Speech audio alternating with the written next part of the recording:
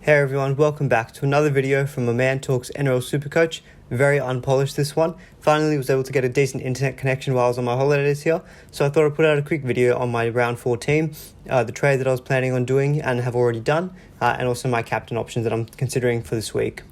So we'll just get straight into it. The first trade that I had done this week was doing Jacob Liddle to Josh Schuster.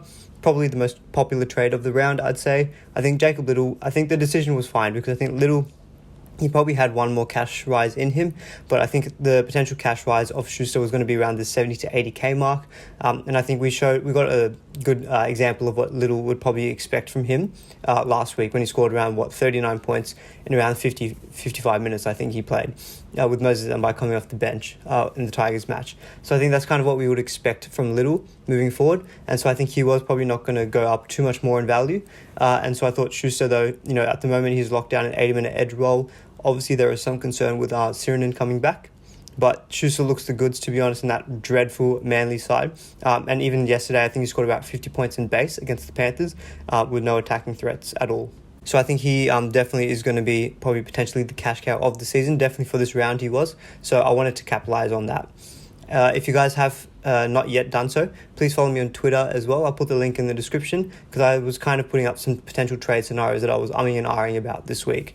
If I didn't go with Schuster, what I was potentially planning on doing was going Fumiano down to enough, probably Suwali via the right centre wing second row forward duels, and then upgrading Jacob Liddle to Cody Walker. I thought that looked really tempting, having Cody Walker and Dylan Brown, who both have really good runs in the next month or so, both in my 5'8". I thought that'd be really strong and a real good point of difference.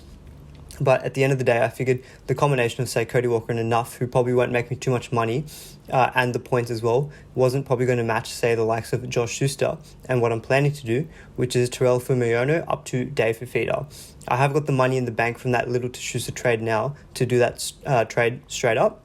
And I think that way, Dave Fifita also, I think he's got a break even of around 2. I feel like if I wanted to get him, now is probably the round. He's probably going to go up a lot in value, and it'll probably be a little bit unaffordable at that point. And I know he's probably likely to play Origin, so I think it's going to be a real long-term purchase with him. But already I like the signs of what I've seen, and yes, I do understand he got those good scores against the Broncos and the Cowboys, who are not very good teams, obviously, and we'll probably see a bit more realistic scoring from him as he runs into some tougher teams, like, for example, the Raiders this round. But I still think he's got a lot of upside. He's obviously got all that, strong ball running with all that tackle breaking ability, so I think he's a real good trade-in. So that's likely what I'm going to do with Terrell Fumiano up to Dave Fifita. I could potentially even go to like a Tohu Harris, who I think is also a very strong pod option in second row forward.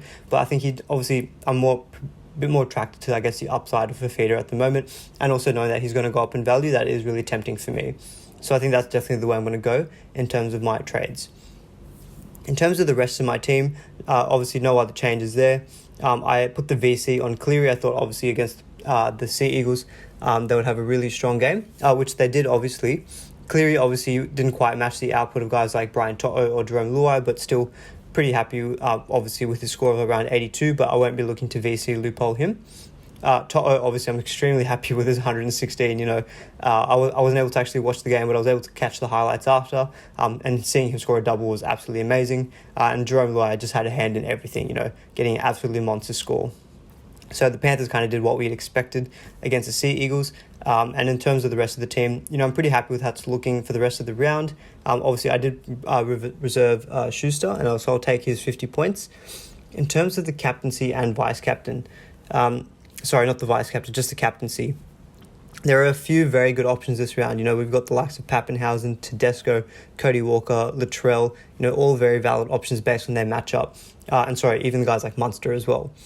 The way that I'm leaning towards at the moment is going with Pappenhausen. I feel, the Storm have lost their last 2 games, and I feel like they're really going to want to bounce back strong, and they're coming up against the Broncos at home, and I think they're going to absolutely do a number on them. And I think Pappenhausen has got that upside. He's got the goal kicking. He definitely looks more involved in the attack. So I think I'm leaning towards going with Pappenhausen. I think sometimes it can be a bit too vanilla to go with Tedesco all the time. Not that I think Tedesco is a bad option, obviously, coming up against the Warriors this round, but I think Pappenhausen has definitely got that upside. I think it could be a very good argument to still captain Tedesco this week, though, given that on average, he's obviously very highly captained every round. But I feel this round, because there are a lot of other decent options, potentially this could be the week to actually go with the Tedesco captain. He's probably not going to be as highly captain as other players, and obviously we know his upside. So you could actually really profit and really do well in your head-to-heads or overall rankings by putting the C on Tedesco. And it's not like, it's a risk, to be honest. This could just be one of the better weeks to do it. So I haven't quite fully landed on that decision, but at the moment I'm going with Pappenhausen. Obviously, if you had guys like Latrell and Cody Walker or Munster as well, I think they're definitely obviously going to be very strong captain options this round.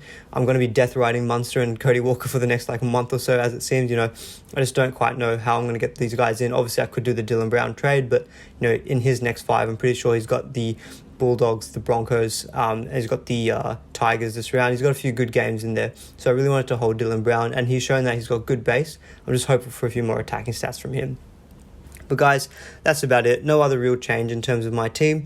Just wanted to kind of quickly touch on how my team's going and what kind of trades I was planning for this round. So yeah, sorry, this is going to be a little bit more unpolished than my other videos, but I thought it'd still be good just to try to get this out.